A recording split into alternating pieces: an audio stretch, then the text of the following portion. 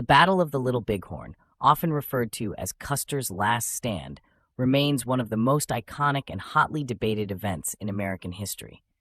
On June 25, 1876, Lieutenant Colonel George Armstrong Custer led the 7th Cavalry into a devastating defeat at the hands of a coalition of Lakota Sioux, Northern Cheyenne, and Arapaho warriors.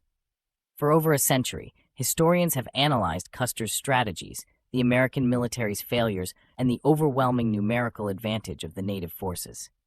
However, new revelations from Lakota warriors shed light on a deeper, more profound reason behind Custer's downfall.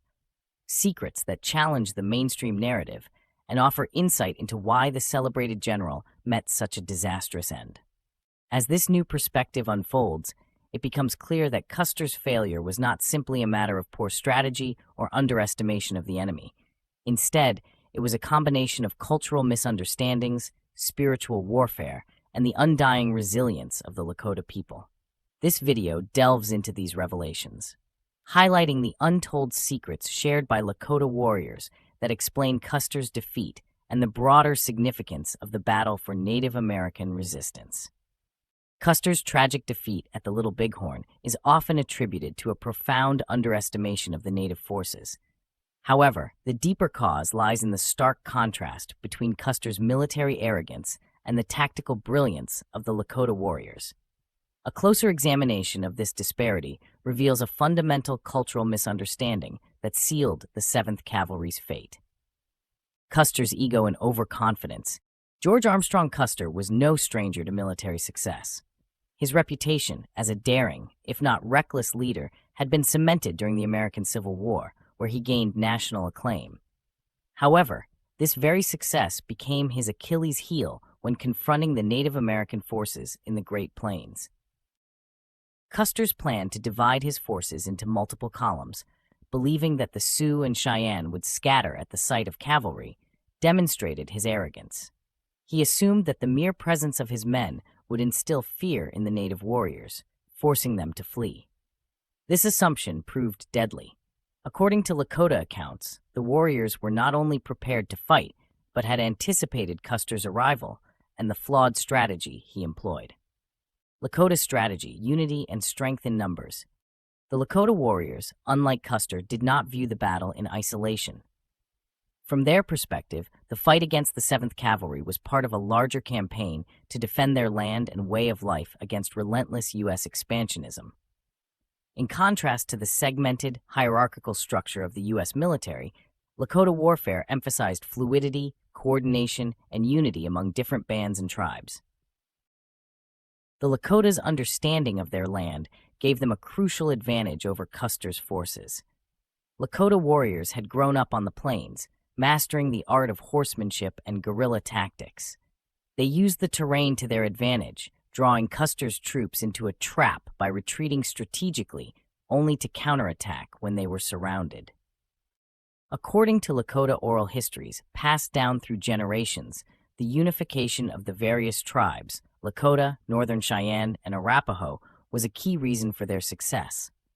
This unity was the result of deep-seated spiritual and cultural ties that transcended individual battles, fueling the will to resist even against superior military firepower.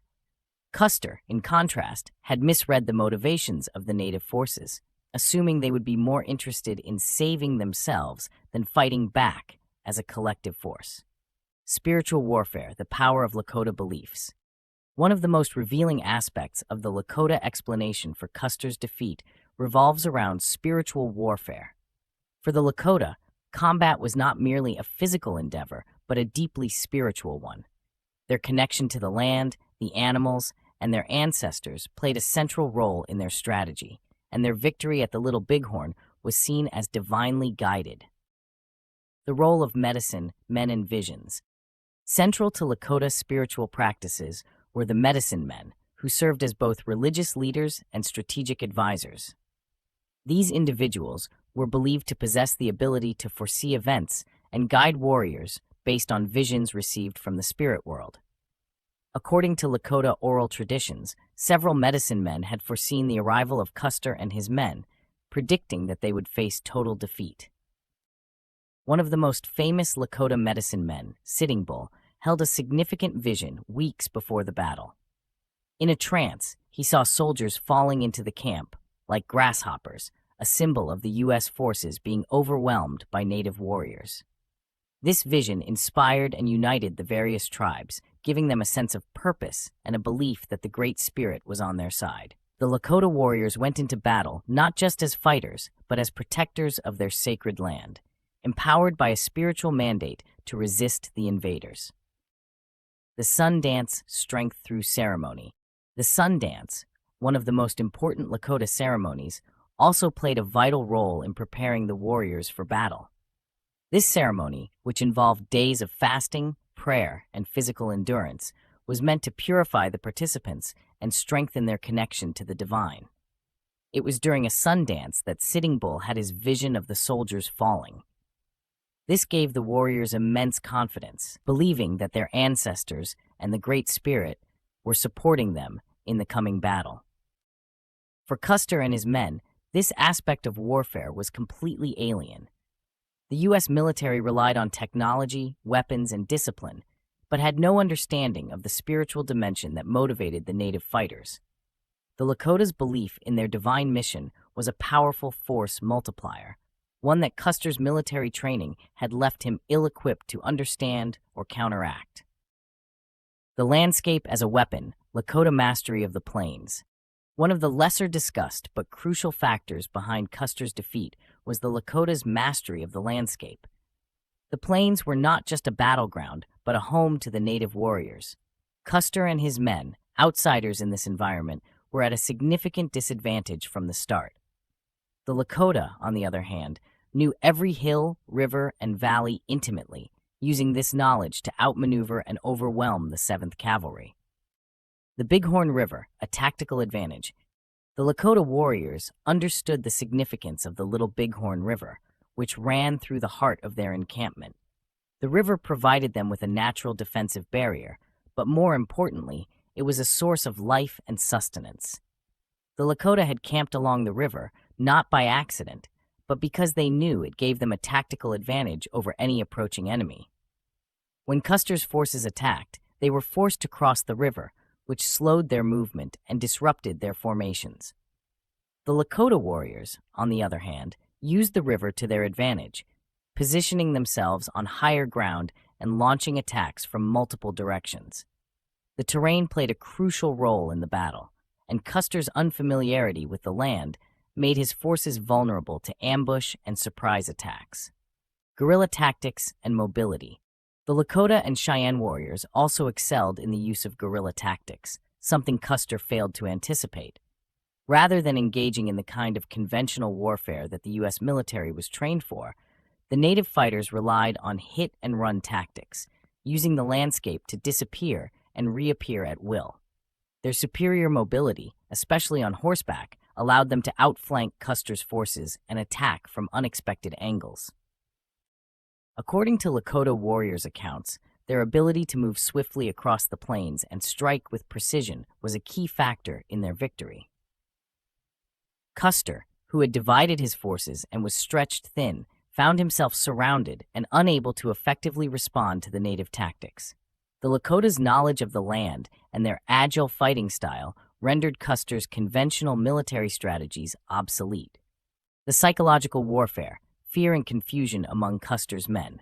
Beyond the physical and tactical dimensions of the battle, psychological warfare played a significant role in the outcome. The Lakota warriors used fear and confusion as weapons, exploiting the disarray within Custer's ranks to their advantage. The shock of the native resistance. Custer's men were unprepared for the sheer ferocity and determination of the native warriors. Many soldiers in the 7th Cavalry had been led to believe that the Plains Indians were disorganized and incapable of mounting a serious resistance.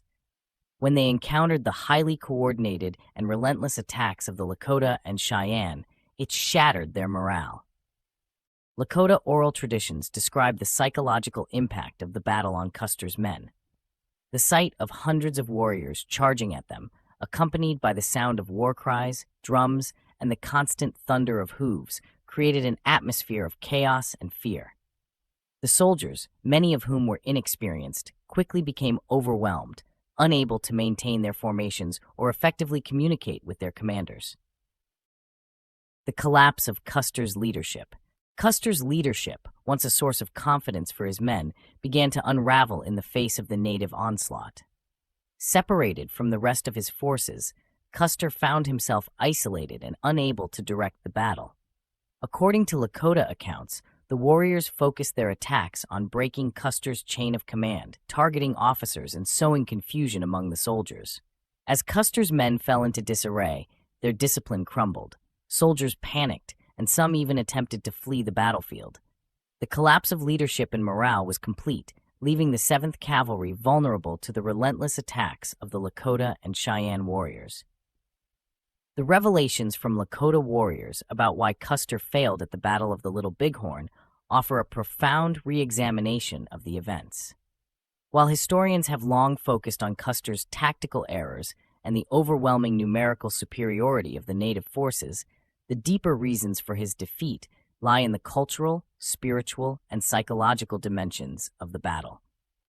The Lakotas' unity, their spiritual beliefs, their mastery of the land, and their ability to wage psychological warfare were all factors that contributed to their victory.